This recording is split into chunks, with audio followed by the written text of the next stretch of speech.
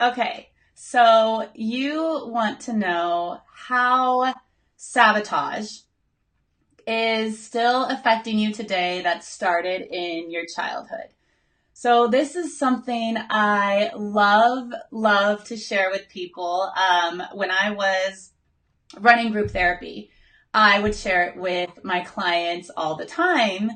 And I haven't really been on my edge to share it yet on Facebook Live. And then yesterday, Kyle Cease, love you, Kyle, called me out and said, you need to start sharing this. So here I am. I'm going to share with you some ways of how we unconsciously are sabotaging ourselves it stems from our childhood. So let me just say hi to everyone who's watching right now. So yes, so hi Carla. Carla's here. Good to see you. Hi Sharon. Hi Faye. Hi Jeremy. Hi Susie. Hi Jennifer. Hi Carla, Sharon. I think I got everyone who's on live right now. So let me know, where are you watching live from? I know some of you are only able to watch on replay. So type in replay if you're watching on replay. If you're watching live, tell me where you're watching from so I can say thank you to everyone who is tuning in and watching. I know you're watching from all over. Some of you are like on your work break. Some of you are making it happen. And so I want to say thank you so much for watching. Hi, Melanie and Cedar and Catherine and Jennifer and Simon. Simon's watching. Very cool. Stacy and Joe. And oh, I don't know if I can say your name. Wajtek? I totally butchered that. I hope that was okay. And Barb and Simone and Matthew and Susie and Sharon. Okay, we have Chicago, Austin, Denver, Dallas, Poland, Florida. Oh my gosh, this is amazing. Uh, Melbourne, Australia, Eugene, Oregon, from Virginia, Phoenix. Hello, hello. Hi, Gil. Hi, Melanie. Hi, Mike. Hi, Zivko. Oh my God, I hope I said that okay. Anyways, okay, so thank you guys for watching. If you're turning on just now, tell me where you're watching from. And I'm going to get started. I'm going to tell you guys something. Okay, so here's what we know. A lot of people know in childhood, when we think of things that stem from our childhood that are showing up in our adulthood, a lot of us, we think of abuse. We think of physical abuse, we think of sexual abuse, we think of emotional abuse, and we think of neglect. And yes, I will talk all about that on another live. But today, what I found when I was doing my group therapy, I'd have a lot of clients who would tell me, Amy, I had a great childhood. I didn't have any abuse. I don't know why I'm sabotaging. I don't know why I have this void. And for me, I'm just like, okay, there's other things there. It doesn't have to be abuse. It doesn't have to be traumatic for you to be sabotaging your success and your happiness. And so, hi Jennifer, hi Carla, hi Janae. So I have some notes here because I want to make sure I stay on track because I get really excited when everyone's watching and I want to talk back and forth with you guys. So here's the thing. There's 6 different common ways that we unconsciously sabotage. I'm only going to tell you guys about 3 because it's just a lot. All 6 are incredibly a lot of information. And so I want to give you 3 now and I'll give you 3 next week. So the first one is called outdoing. So let me know in the comments if you've ever heard of this term. I know there's other therapists watching. I know there's people who are writing books about this type of stuff. So I'm sure you guys know what I'm talking about. And, oh, Carla, it's not working. Try refreshing. Try refreshing your Facebook and signing back on. It looks like you guys can hear me, right? Hopefully, let me know. No sound? Okay. I want to make sure. Give me some thumbs up and hearts if you guys can hear me. Okay, good. I see your comments. Okay, so Jennifer says never heard of outdoing. Okay, some of you can hear me, some of you can't. If not, just refresh. Hopefully that'll work. So, okay. So Outdoing is a type of thing where you feel that you can't surpass a family member. So you don't want to outdo your family member. So say your dad was really just struggling with work and just really trying to make it and really wanting to be successful, and you just struggled. And here you are as an adult, you have an incredible opportunity to make a lot of money, more than what your dad makes, and you can sabotage it because you don't want to outdo your father. You don't want to have to carry that burden and that guilt that I came from my dad and I'm making more money than him. And so that's a type of outdoing. So it can be where you don't want to be more successful than your family. And it's not that you don't want to, it's an unconscious thing where you feel that you can't. You feel like you're going to feel guilty if you're more successful for them. So let me know if this is resonating with any of you. You can see and hear me. Okay, perfect. Oops, new comments. Okay. Never thought about it. Oh my God, stop it. Okay, good. So yeah, let me know in the comments if this resonates with you. If you've ever felt like, oh my gosh, I felt like that. And so it can be outdoing when it comes to success and when it comes to your job. It can be outdoing when it comes to a relationship. Maybe you saw your parents or your caregivers or your siblings not have a very happy relationship, and you have a great relationship, but you don't want to talk about it to any of your family members because energetically you're going to feel that they don't want to hear about it, that they're jealous, that there's different things like that. And so you could sabotage just sharing how excited you are in your relationship because you just don't want to deal with the guilt, that hidden guilt that shows up. Or you can sabotage having a good relationship because, well, no one else in my family had a good relationship. Why do I deserve to have a good relationship? So let me know if this too much is resonating. I can't say your name, so I'm just going to post it so everyone else can see it. But too much is resonating. Okay, yeah, see? This is stuff that you don't really hear a lot about, but it's so important to know. Jennifer says, yes, it resonates. Good. Okay, Stacy, not so much for me. Okay, yeah, some people this resonates for and some people it doesn't. Jeremy said, maybe hadn't thought about that too much. Yeah, it's something that, people don't really talk about so much. Hi, Robert, good to see you. Stacy said I can relate with that with my sister. Yeah, so it doesn't just have to be our parents. It can be our siblings as well. Varad, yes, or I feel bad that my mother is so stuck. I feel bad getting free. Yes, I hope I'm saying your name right, but that's exactly what the next one is we can feel that we are outdoing our family by feeling happy, by having a better life than them. If your mom or dad or caregiver was depressed growing up, then you can feel, oh, I don't deserve to be happy. I can't be happy because my mom was depressed. I don't want to make her feel bad. Because here's the thing, as children, we take on all of this stuff from our family members. And so especially our parents. So if our parents are depressed or anxious or just not happy, then what we want to do is we want them to be happy. And so we can energetically take that on, or we make it like it's our responsibility. Oh my gosh, what did I do? What can I do to make dad happy? What can I do to make mom happy? What can I do to make my sibling or my grandma happy? Because as little kids, our brain isn't done developing until we're 25 years old. So we don't understand that we don't have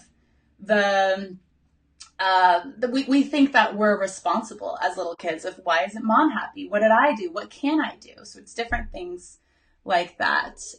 Jennifer says, definitely shows up in current relationship with husband. Okay, good. See, it's good to have this awareness. And that's why I'm teaching you guys this, because once we have this awareness, then we can change it. And then we can see, oh, I'm not just sabotaging on purpose because I'm this awful person. It's because of these different beliefs that we had to take on. Mike said, ugh, yes. Yeah, but at least you have the awareness. Okay, so you guys are saying yes, it resonates. Good. Robert. Guilt was misused as a motivator when I was growing up. It is the reason I moved away from religion. Whew. Yeah, Robert, religion is a huge, huge thing. And I'm not going to get too much into it, but yes, we can feel very guilty if we're brought up in a certain religion and we don't agree. And then we feel like we can't outdo our parents and we're a burden, different things like that. So absolutely. Uh, Brad, totally. But I could never make them happy, not in the truest sense. Yeah. Yeah. But as little kids, we think like, what can I do? Why are they not happy?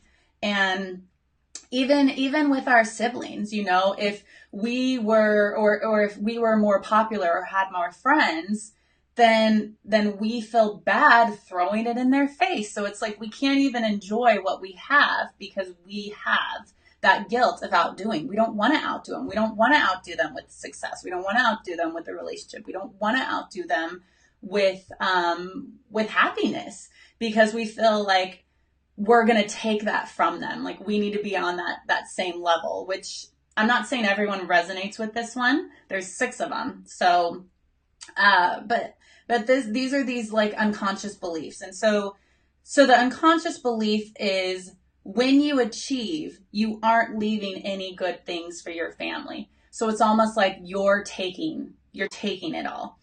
And the other unconscious belief is you are showing up your family members that weren't able to achieve those goals. And so it's almost like you're feeling like you're better than. And we don't want to feel like we're better than if we love them, if we care about them. And so it's this weird unconscious thing. And that's why we can sabotage some really happy relationships. Sabotage feeling really happy about who we are. Sabotage success and making more money than our parents did and having an easier life. I mean, that's another thing too, where it's like, you have to work really hard to make a lot of money. Well, there's a lot of people out there that haven't really worked that hard that have made a lot of money. That could be outdoing too, because it came from the parents and generations earlier that was kind of the belief. So good. People are saying this resonates. Okay. Hi, Shamika. Good to see you. Hi, Joe. Joe. Oh, that's why my brothers hate me. Okay, I'm glad you brought this one up because not a lot of people talk about this. But here's the thing.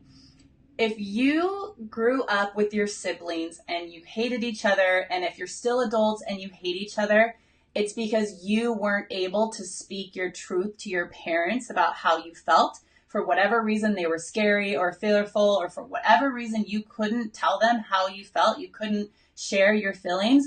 We take it out on our siblings. And so that's what you're saying right there, Joe, is that's why my parents hate me. Yeah, because there might have been some outdoing piece in it. And there's other pieces I'm going to share with you guys today that relate with the whole sibling thing too. So good point, Joe. Okay, so, so I'll just give you, I have so many notes, so I want to make sure I get all of this in. And here's the thing with outdoing. It all depends on how your family members react to you. If you outdo them, if you're more successful and more happier and they're happy for you, then this isn't really something that's going to resonate. But if you can feel that jealousy, if you feel them making you feel bad about what you've achieved, and they don't even have to say it, it's just this energetic thing that you feel where it's like, oh, I can't share that because I'm gonna feel this weird tension energy, then that's when outdoing can really resonate with you. And right now I have a client and she was telling me that we were talking on the phone and she has this business and she doesn't really like it. And I was asking her, I'm like, well, why are you doing it? And what we got to, it was the heart of that she wanted to get approval from her dad because money meant everything to her dad. And so unconsciously, she felt that if she made a lot of money, then her dad would approve her, which would mean her dad would love her, which it sounds crazy when I say it out loud, but that's what our mind does. If we don't feel like we got the exact love that we needed from our parents, then we're going to look for the little things that we saw that our parents loved that we can do, so then they will love us. Because what John Bradshaw says is he says, what we love is what we give time to. So you can think about you being a parent or you with your parents or caregivers. what did they love? Because that's what they gave time to. So if you, for my client's example, her dad loved money and he gave all of his time to money. So she thought if I made a lot of money, he's going to love me. Here's the thing. So during the session, I do a lot of like energy work too. I do a lot of, like I work with the subconscious a lot to find these deep-seated beliefs and release them out of the body. And then I do energy work of the energy that we're holding in from our parents' energy that isn't ours, that we took on.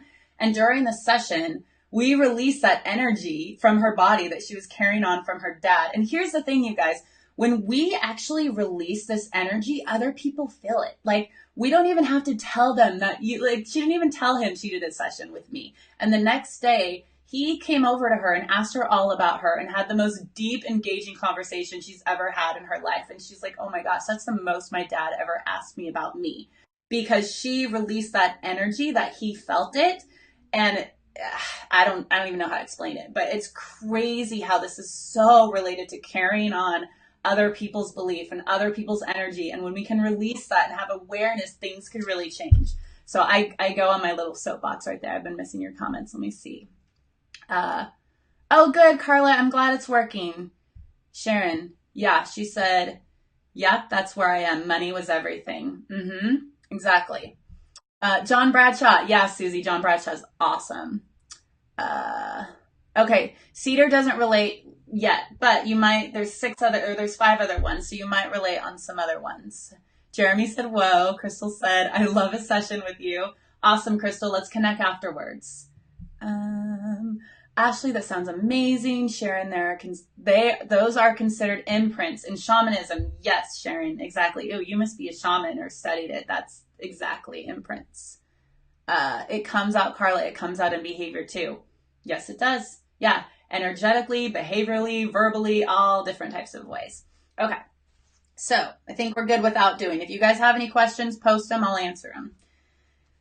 Next one. Okay, let me get rid of the outdoing. And the next one is called burdening. So I'm sure you guys have heard this term before, burdening. You can let me know in the comments if you've heard it. And so this is where we feel that our parents were weighed down by we were a burden to our parents. Like, a lot of times this happens with people who have a lot of siblings, and they just have a lot of, the parents just have a lot of kids to take care of. And sometimes siblings can feel like they're a burden. And so the parents can feel weighed down and drained. And, you know, they can tell you that, oh, I had to give this up for you, or I couldn't do this because I had you. And it's not like the parents aren't doing it on purpose. We're always, oh my gosh, my phone's talking to me. I don't know how to shut it off. Okay, well, and so the thing is, and here's one thing that I always share, because it's not about blaming our parents. It's having the awareness. And it's like, our parents are always doing the best that they can with the information that they have.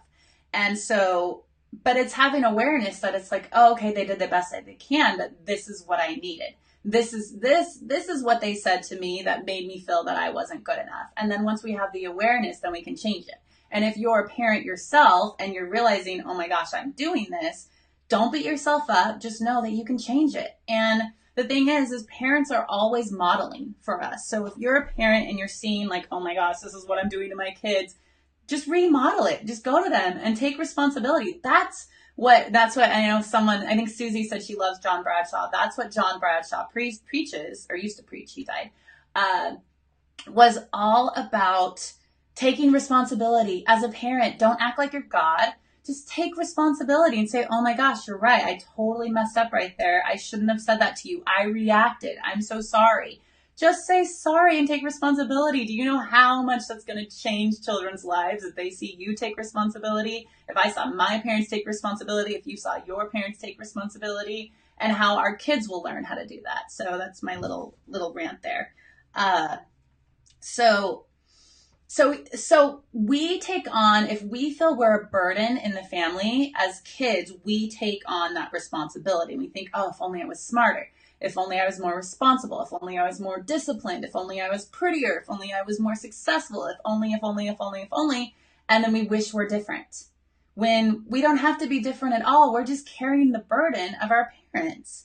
And so, uh, yeah, and so burdening is where the kids blame themselves for who they are because they aren't able to do whatever they feel they need to do for their parents. So, uh, one other thing I want to share. So there can be a temperance difference because every single child, I'm not a parent, so I don't know, but I'm assuming all the parents that are on here, every single child comes out with a different personality. And so if you're a parent who is very calm and maybe slow, and then you have a kid that's really energetic, it can be really frustrating because you don't understand them. And so if that's how you grew up, if you were energetic and your parents were slow, then you could have felt like you were a burden for being who you are because they just didn't know how to handle you. That's nothing bad. That's just, we all just have different temperaments. And so one thing I want to share with a client is I had a client who was waking up with anxiety every single day. And she came from a large family where I think she was one of the firstborn. And so she had to take care of a lot of her siblings. And so she was very parentified. And by being that, she felt like she was never good enough because she didn't take as good care of her siblings because she was, I don't know, like 8 trying to be a mom. And so she's had this anxiety. And through the session, we released that anxiety out of her body. She realized she did the best that she could. She realized she was not supposed to be a parent to her siblings. She did not have her siblings. They did not come out of her woo-woo, right? And so she realized that. And then she was able to get that energy out of her body. And now she doesn't have an anxiety anymore. And she's like super happy and going on dates. And it's crazy how these hidden unconscious beliefs that we take on can really just affect us and sabotage us in our adult life. But once we realize, oh, that's what it is, we can change it. So let me go and see your comments, see if anyone has any questions. Stacy says, definitely. My mom let us know that verbally fairly regularly. Yeah, exactly. And then you feel like you're a burden because it's like, oh my gosh, my mom keeps telling me this. It must be true. Susie said, yes, Sharon, it's excellent modeling to admit your mistakes. Absolutely. Yeah, that's the shaman. That's the shaman, Sharon. Exactly. Stacy, my mom goes on record today saying she wasn't a great parent, but it's not like it ever makes me feel any better. Yeah. At least you have that because some parents won't admit it at all. But of course it doesn't make you feel better because it's like, well, I had needs that needed met when I was a kid. It doesn't matter now. But at least you have the awareness to realize it's not you. This is just what happened. Sharon, yeah, I have 4 sons and each is so different. Exactly. Yes, Jennifer, this is so what my husband goes through. His parents are still we had so many children from so many relationships, never had a chance to live, and he's 50 this year. Yeah, never had a chance to live. Exactly, because that's the thing. If you have so many siblings, it's, well, where do I fit in? I hope I'm reading that comment right. Crystal, my mom has this. She feels like she puts me out all the time. I try and tell her that she doesn't ever put me out. She's the firstborn. Yeah, exactly. That's the thing, is like, our parents can feel that too. They can feel that towards us. Exactly. Farad. Wow, that's awesome. Good. Stephanie. Oh, good to see you, Stephanie. That describes me. I wake up with anxiety all the time, and I had to raise all 7 of my siblings into custody of them as an adult too. Whoa. That's a lot, Stephanie. It wasn't until 5 years ago that I'd gotten them all safe, and I am still just decompressing. Wow. Yeah. So you were parentified. You didn't get to play. You didn't get to have a childhood. You had to learn. Of course you're going to have anxiety. I mean, it's not your fault. It's not anything you did. It's what you had to take on. So that's the thing. It's just like releasing that out of your body and getting the awareness and knowing, like, I'm okay. I did what I had to do. Nothing's wrong with me. Wow, Stephanie, that is a lot. Thank you for sharing that. Still saying it's a process of healing and letting go. Even though I took care of them all, I'm still burdened with feeling not good enough. I should have, could have, needed to do more. Yeah. Yeah. And you're going to feel like that because that was the role you were given growing up. You were given, this is your role. You need to be the parent. When I'm sorry, that was not your job. So forgive yourself. You did the best that you could. And your siblings are so freaking thankful for you that you stepped up. So give yourself credit, Stephanie. Tony. I have a mother who downplayed everything. Bullying by a teacher in elementary school, a cousin who beat the piss out of me on the regular. Ugh. Nobody stood up for me. Ugh. Now I am on the defense with everything, from someone cutting me off to the rude person at the store. I take everything personal and have become very vengeful. Wow, Tony. Thank you so much for sharing that. So here's the thing. That's just, and I'm sure you know this, that's just a lot of aggression that's been pent up for years, and you haven't been able to speak your truth about what's really going on. And so it comes out in the car. It comes out to people at the store that don't deserve it at all. And so it's time to I don't want to say let it go because it's not that easy. It's time to realize you did the best that you could. You didn't get your needs met. You did nothing wrong. There's nothing wrong with you. You matter, you're important, and that's just awful that no one stood up for you. But now it's time to be aware. You're aware of all this, and it's like, okay, that's what happened to me, and I'm going to change it. And you can change it. I promise you can change it. It might take a little bit of work, but you can absolutely change that. So thank you for sharing that, Tony. Okay, so I think that's it for burdening. Okay, here's the third one for today. I told you guys this is a lot of information for one Facebook Live. So here's a big one. This is one of my favorite ones to teach. This is one of the ones that is not the easiest to teach. So just go with me with this one. Stephanie wrote, I think you're writing this too, Tony. You did the best you could with the information and skills you had at the time. Yeah, we all did. We all did. We're not equipped to take care of our siblings. We're not equipped to know what's going on. We're not equipped to take care of our parents. And yet we take on that burden. We think it's our responsibility. So everyone, just take a big, deep breath and let it go. Because it wasn't our fault. These are just the beliefs we had to take on. And now you realize I don't have to sabotage anymore. This is just what I took on. And that's not who I am. It's not my identity. Our identity is formed between the ages of 5 and 8 years old. So think about it. When you were 5 or 8 years old, or if you have kids that are 5 or 8 years old, do you think they really know who they are? No. The only thing we think we are is what people tell us we are. So what our parents tell us, what our siblings tell us, what school tells us, what news tells us. That's how we form our identity. That's why I think we have these like midlife crises and then like midlife crises, is because we're realizing that's not my identity. That's not who I am. That's why we have these crazy breakdowns, because we're ready to figure out our truth and not take on the stupid beliefs that aren't ours, that people told us who we are. So sorry, I go on my little bit of a rant there. Aw. It has. Thank you for your gift. Good. Paulina. I was raised by a mom who was a paranoid schizophrenic. Oh, wow. Very rageful, and then had to raise my youngest siblings, who also became a diagnosed paranoid schizophrenic. Oh, wow. I went through decades of therapy. I wrote a memoir called The S Word. Oh. And to be honest, I thought I had dealt with it all. Why did things keep coming up? How do you stop Groundhog's Day? So here's the thing. Here's how I'm going to answer that, Paulina, is we think things are always going to show up. And we think just because we did so much work on ourselves that it's gone. And it's like there's always still a little bit of remnants there. And I would say look back at all the work that you have done and give yourself credit of how you're reacting so much differently than you would have 5 years ago, 10 years ago. And it's like you are changing, you are growing, you are moving.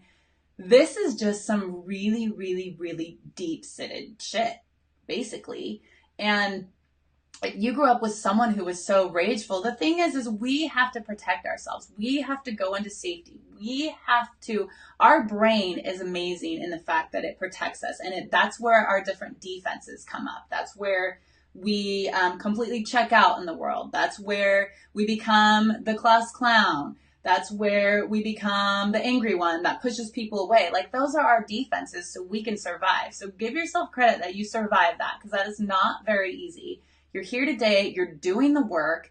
Things are going to show up, but just give yourself credit for all the work that you've done. And I would say it's not the easiest thing to do, but I would say be curious about it. Oh, wow. I thought I did work around this. Why is this showing up right now? What else do I need to learn? Because I'm a big believer that everything is a big lesson.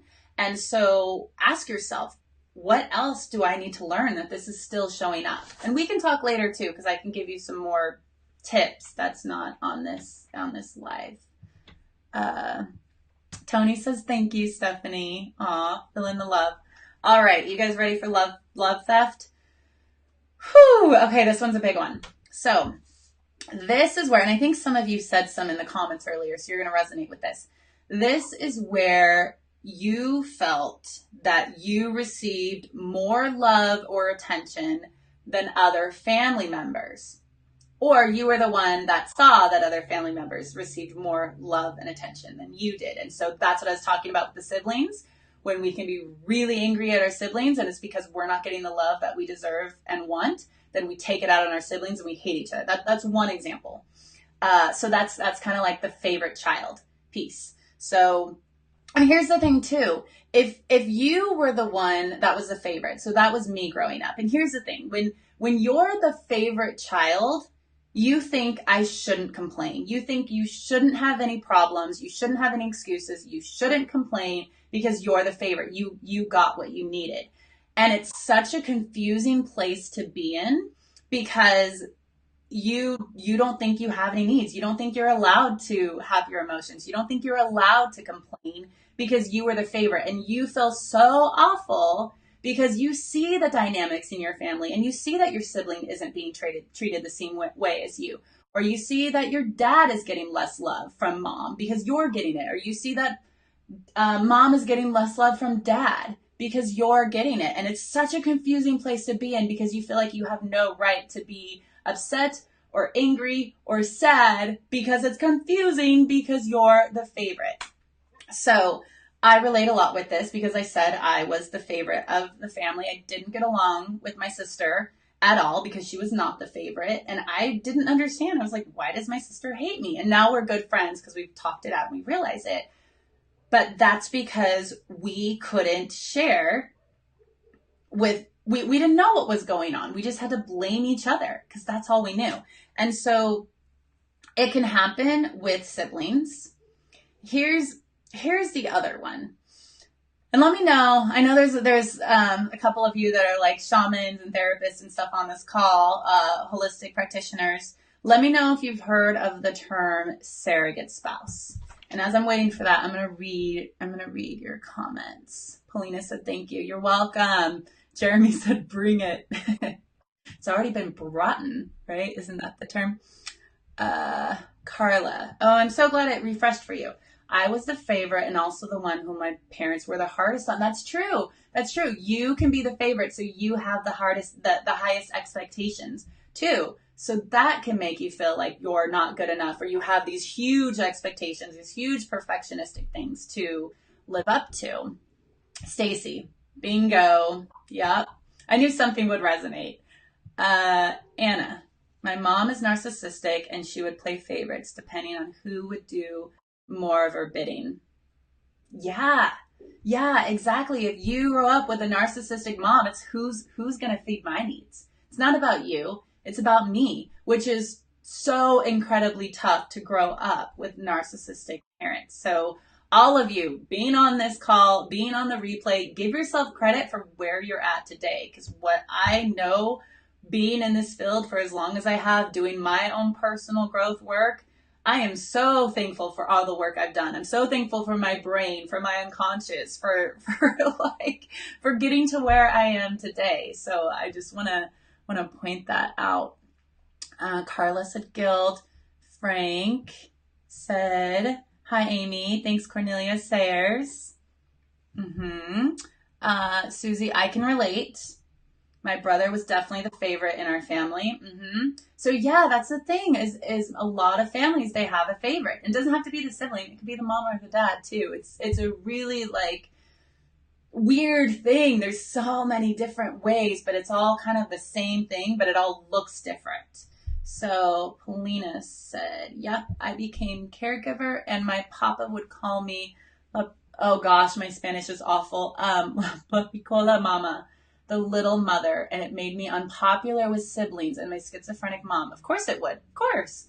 As much as I loved being the little mother because it gave me power, I hated it. Yes, it's so confusing because you love it, but you hate it because some people treat you well with it and some people treat it's not fun. It's not fun at all. My little sister ended up dying. Oh my God. My older sister won't speak to me because of the book. Wow, wow, wow, wow, wow, wow, wow, wow. You are such a strong person for doing this, for writing the book, despite whatever is going to happen. You are so, so, so strong for sharing your story and for doing your work, Polina. Jeremy said, haha, yes. Susie, yes, I've heard of surrogate spouse. Yeah, I knew some people would. Yeah, surrogate spouse. Okay, so I'm going to tell you guys about that. I just want to see. Yes, yes, yes. Okay, you guys have. Jeremy said, I am now familiar with surrogate spouse. Yeah, it's very common. Here's the thing. A lot of people don't know how common it actually is in families. I was the favorite granddaughter on one side and the least favorite on the other side. It's very weird. Yeah, it's very confusing because it's like, well, I'm the same person. Why does one person favorite me and why does one person not? It's really confusing, especially when our brain isn't done developing. Yes, thanks, but I don't feel so strong today. It's okay. It's okay, Polina. It comes in waves, but I have a feeling everyone on this live and replay is going to tell you how strong they feel. So, because I can sense how strong you are by writing a book and sharing about this. This is not easy stuff. You are. Look at all of us so broken and still fighting. Yes, and still fighting to get and stay healthy. Yes, exactly. That's the thing. We're resilient.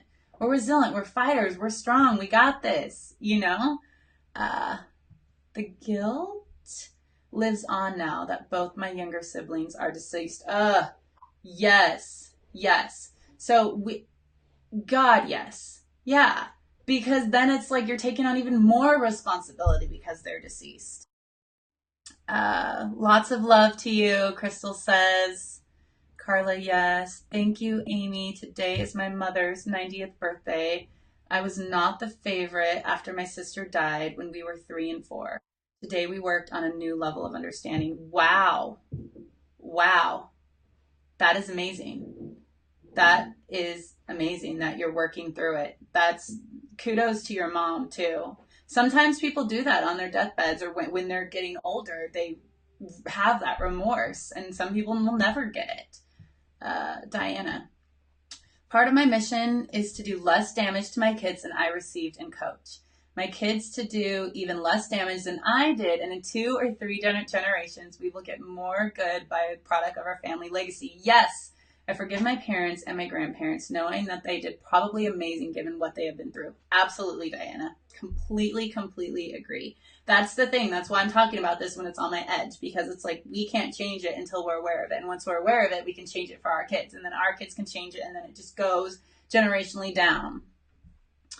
Carla, it makes me happy to know I'm not alone and crazy. You're not alone and crazy. I feel like I'm alone and no one understands. Nope. Just look at all the comments. You are not alone. Oh my gosh, you guys have so many comments. This is amazing. Cedar, after my parents divorced and my mom left my dad and remarried, the woman and her 3 daughters were not kind. She was mentally and physically abusive. Ugh, felt like I lived in Cinderella's story. Sounds like you did. The 3 daughters and my youngest brother had 3 younger brothers were treated differently. Wow, you were in Cinderella. Definitely not allowed to express who I was. Felt abandonment from my mom. I'm the oldest of my siblings, and me at my middle brother got it the worst. Yeah. Thank you for sharing that, Cedar. Like, there's so many different things that go on that affect us so deeply, whether we know it or not. It could be consciously, it could be unconsciously, but that is what is sabotaging us from our happiness, our success, our relationships, from what we want today. Is still carrying this guilt, this burden, this shame. Okay, Polina, you are an inspiration. See, Trinity said so. Absolutely. I agree. Anna said, I agree, Diana. Me too with my kids. Carla, yes, thank you. Okay, perfect. Thank you. Oh my gosh. You guys are amazing. Thank you so much for all of your comments and all of your vulnerability and sharing. This is how the world is going to change. This is how things are going to change, by being honest and sharing. And yeah, okay, I just got on my soapbox. Okay, so last one, love theft. So this is surrogate spouse. I hate, and if you like it, that's completely fine. You can. I just know like the meaning behind it, and so I hate those terms. But I hate the mama's little boy and daddy's little princess, and because that's that whole. For me, ever since I learned about surrogate spouse, I was like, oh, never call me daddy's little princess. Never. I'm never gonna call guys mama's little boy, because that's what a surrogate spouse is when two parents, whether it's your adopted mom or stepmom or whatever, but two people are in a relationship, or I guess they could be divorced too, whatever, where they're not getting their needs met from another adult in a relationship, and so they look to their kids. And so their kid becomes the surrogate spouse. The kid becomes the one that feeds the need of the parent. So that's why I hate daddy's little girl, mama's little boy, because there's so much like stickiness and ickiness there where so for an example, so a dad could love his little princess and just give her the world and give her all the attention in the world, and he's in a fight with his wife, and he goes and talks to his little princess about the fight. And so that little princess feels like she has to be the therapist. She has to be the one to fix it. She's put in that role of wife. She's put in that adult role when she should not be knowing what is going on between an adult relationship. She needs to stay at whatever age she is. And so the love theft is that little girl feels really confused, just like someone, I can't remember your name, but someone posted in a comment about how it was confusing about growing up and having one person favorite you and one person not, or dislike you or hate you. And so that can be that, like, for the example I'm using, that can be the angry mom. The mom treats you like shit, or is angry, or is jealous of you because you're getting all the attention from dad. And you're confused because you're like, I'm just this kid, I'm just your child, and here's mom angry at me for me just being me, and here's dad treating me amazing for me just being me. It's really confusing. Same thing with the opposite. It could be a mom and the little boy where the dad feels that he is not getting any attention or any love, and so he can disconnect or he can get angry. There's so many different ways that it's convoluted, but the thing is, if two adults are not having that consenting adult relationship and they don't know how to be healthy about it, they're going to look to their kids. And so, like I said, this happens a lot more in a lot of houses, more than we think, because it's given that name. It's given mama's little boy. It's given daddy's little princess, and that's not always the case. But that's like the big one with the love theft, because you feel you are responsible for your parent suffering and your parent being unhappy, and it can be a really, really confusing thing to go with. And I have so many client examples from people going through the love theft because it's such a common thing. And when we realize that as a kid, I did nothing wrong, that's just how I was treated. And of course, we're going to go, our brain's always taking us towards pleasure and away from pain. So if, in the example I gave you, if angry mom is painful, I'm going to go more towards dad, And so there's so many different things that are convoluted. And I'm sure you guys are going to post in the comments the different ways that it showed up in your family. But oh my God, my phone is talking to me again. It wants to join in. So that is love theft. Let me get back to your comments with this. Cedar. I am now a single mother of an 11-year-old daughter. My husband, her father, died 8 years ago. Oh my gosh, I definitely want to be a better parent. That's awesome. Yes. That is, I mean, that's all you can ask for is just, I'm so sorry that happened. And that is awesome that you want to be a better parent. That's so amazing for your daughter. Ashton. I have a girl and a boy, and sometimes people say those, and I hate it. Yeah, because it's so convoluted and sticky, and it sounds so cute. But if you really think about it, it's not. Yes, these kids are little kids and they need us, but they go through the dependence to interdependence to independence. And we have to treat them like humans, and we don't have to there's parents too that will constantly say, my little girl. I mean, my mom does that to me. She calls me my little girl. I'm 34 years old. So it's just that like we have to just give people their identity. Okay, Susie. Yes, so sick to burden tiny minds with adult issues. Yeah, exactly. Cool. I think I went through everyone's comments. If anyone has any questions, I will stay on for a little bit longer to answer them. If you're on the replay, post your questions. I will answer them. Post your comments. I will respond to them.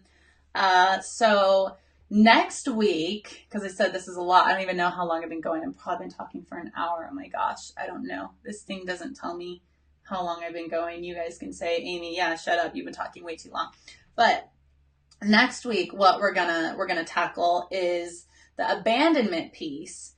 And we all know abandonment from more of like the broad term, but we're gonna go deeper into like the hidden guilt of abandonment. And especially people who have been adopted, this is a big one for you. Then we're going to go into disloyalty, and then we're going to go into shame. And so the difference between guilt and shame is guilt is I did something bad, and shame is I am bad. And so shame is where you make it your identity. Guilt is where your action was not necessarily the best idea, but but shame is you make it about you, like you aren't good enough.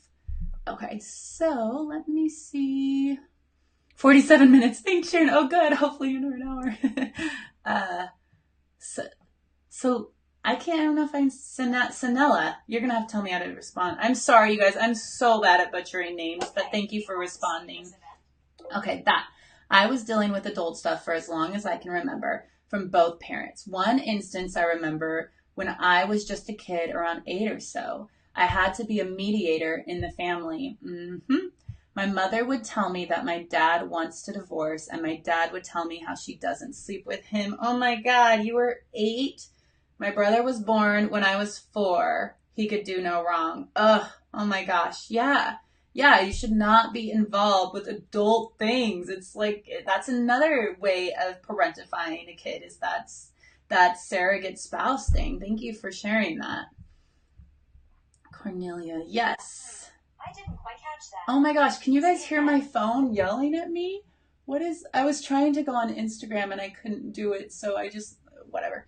Anyways, Stephanie, thanks for another great live, Amy. That was awesome and inspiring. Oh, thank you. And thank you for sharing your story, Stephanie.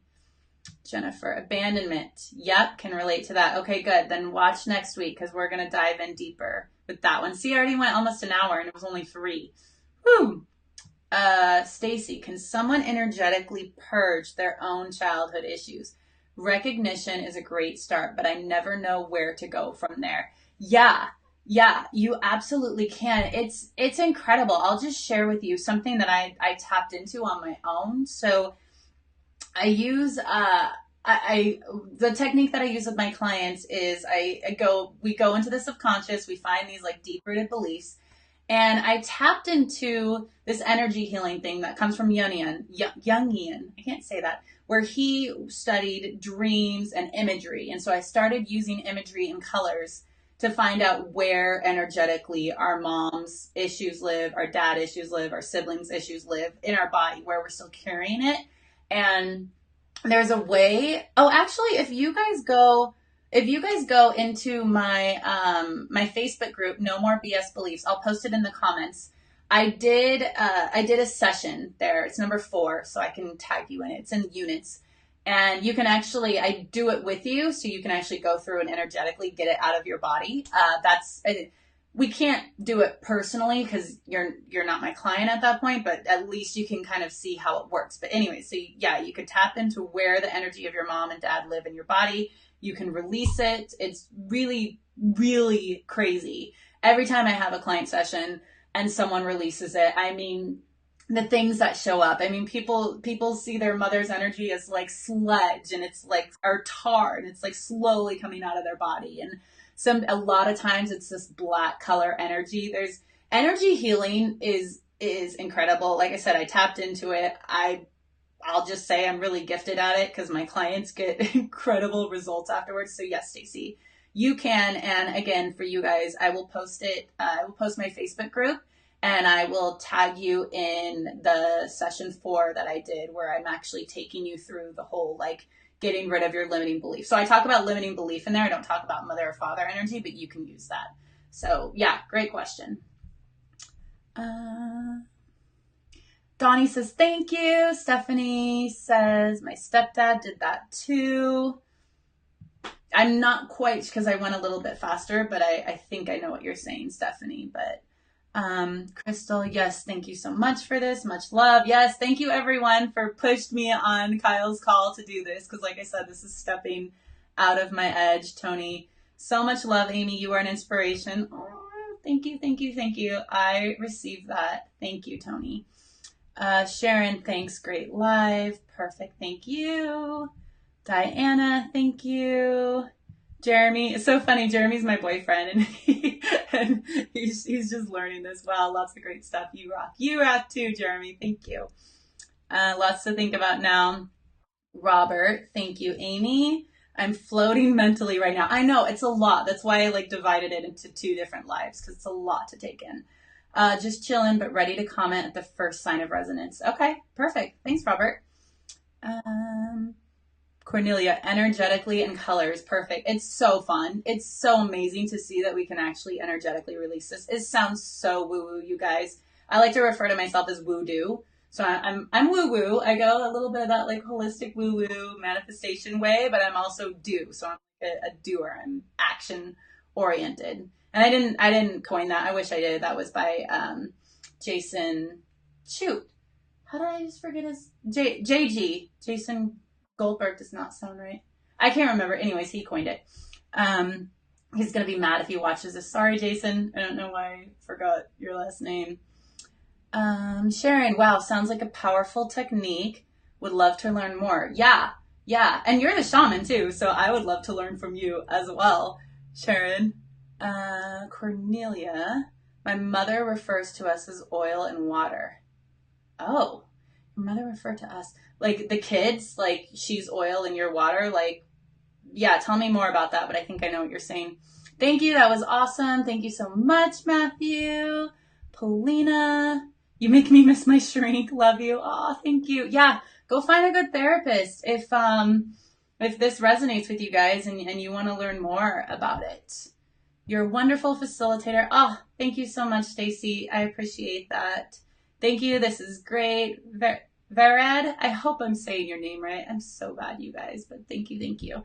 Stacy, love your smile and good energy. Oh, thank you. You guys are awesome. Okay, I think I'm under an hour, so I'm going to finish. Again, if you're watching on the replay, post your questions, post your vulnerable shares. You guys are amazing for sharing that. Thank you so much. And next week, I will come back with the 3 other hidden guilt and the shame piece. Okay, Susie, great job, Amy. Awesome live call. Yay. Thank you, guys. Bye.